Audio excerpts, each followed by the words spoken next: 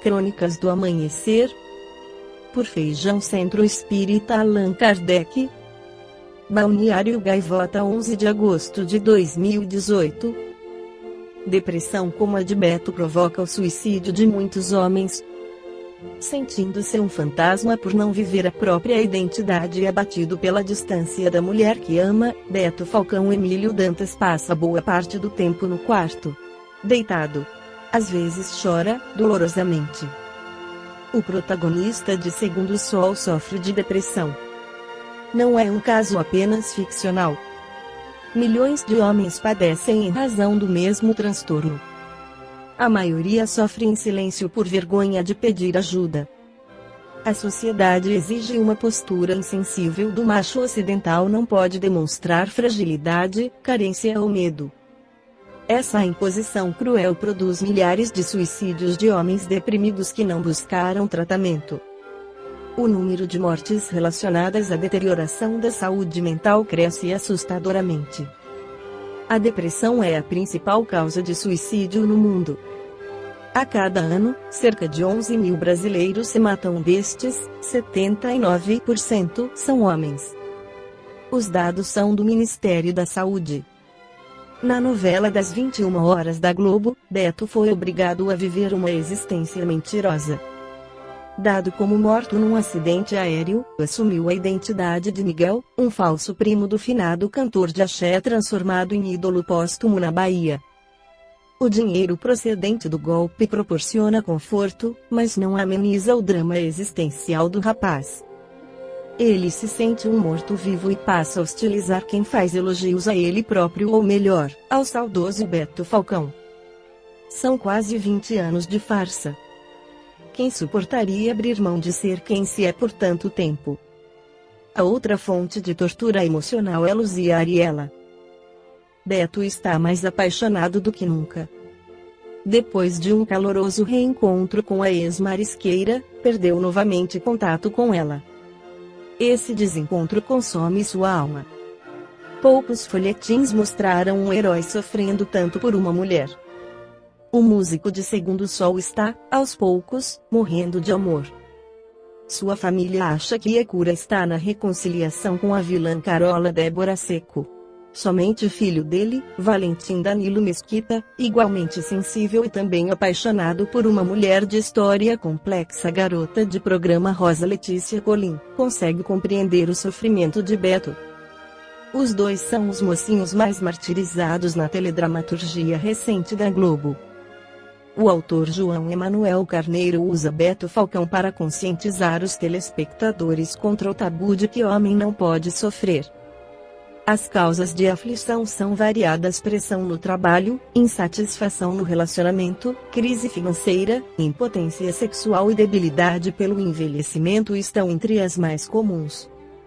A depressão não tem cura, mas possui tratamentos medicamentoso e psicoterapêutico capazes de restaurar a qualidade de vida do paciente, seja homem ou mulher. Beto Falcão terá final feliz.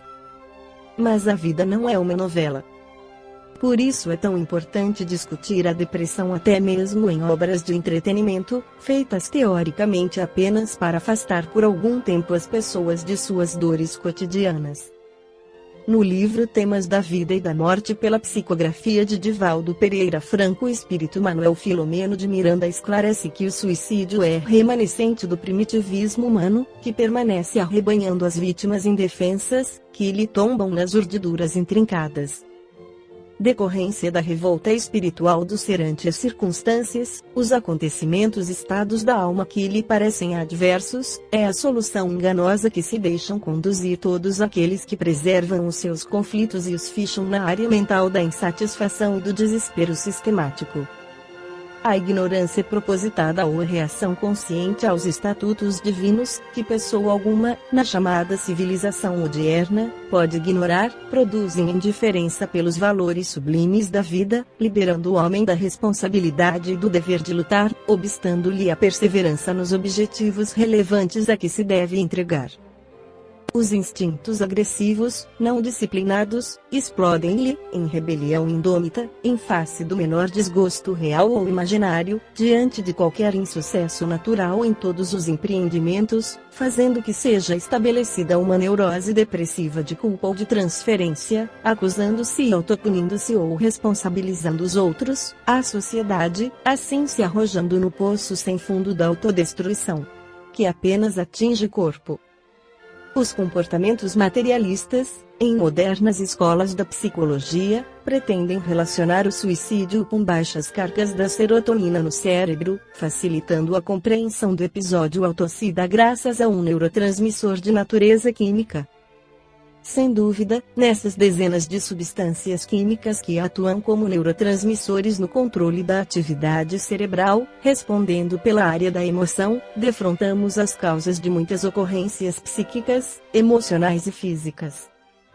Contudo, são, por sua vez, efeito de outros fatores mais profundos, aqueles que procedem do espírito que comanda a câmara cerebral, exteriorizando-se na mente e na fisiologia desses microinstrumentos que constituem a sede física do pensamento e de outras igualmente importantes funções da vida humana. E possível que os distúrbios serotônicos respondam pelo ato alucinado, muito embora não deixam de ser o resultado de agentes psicológicos mais sutis e graves, como a angústia, a insegurança, os conturbadores fenômenos psicossociais e econômicos, as enfermidades crucificadoras, o sentimento de desamparo e de perda, todos com sede na alma imatura e ingrata, fraca de recursos morais para sobrepô-los às contingências transitórias desses propelentes.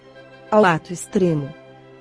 O espetáculo trágico, todavia, assume gravidade e constrangimento maiores, quando crianças, que ainda não dispõem do discernimento, optam pela aberrante decisão. Amadurecidas precipitadamente, em razão dos lares desajustados e das famílias desorganizadas, atiradas à agressividade e aos jogos fortes que a atual sociedade lhes brinda, extirpando-lhes a infância não vivida, sobrecarregam-se de angústias e frustrações que lhes desgastam, retirando-lhes da paisagem mental a esperança e o amor. Vazias, desprotegidas do afeto que alimenta os centros vitais de energia e beleza, vêm-se sem rumo, fugindo, desditosas, pela porta mentirosa do suicídio. Ademais, grande número delas, suicidas do passado, renasce com as impressões do gesto anterior, e porque desarmadas, na sua quase totalidade, de equilíbrio vendo, ouvindo e participando dos dramas em que se enleiam os adultos que as não respeitam, antes considerando-as pesados ônus que devem pagar, repetem o ato infeliz, tombando nas refregas de dor, que posteriormente as trarão de volta em expiações muito laceradoras. Uma análise mais íntima do fenômeno autodestruidor leva também a sutis ou violentas obsessões que o amor enlouquecido e o ódio devastador fomentam, além da cortina carnal. O suicídio é terrível mal que aumenta na humanidade e que deve ser combatido por todos os homens. Essa rigidez mental que resolve pela solução trágica é doença complexa.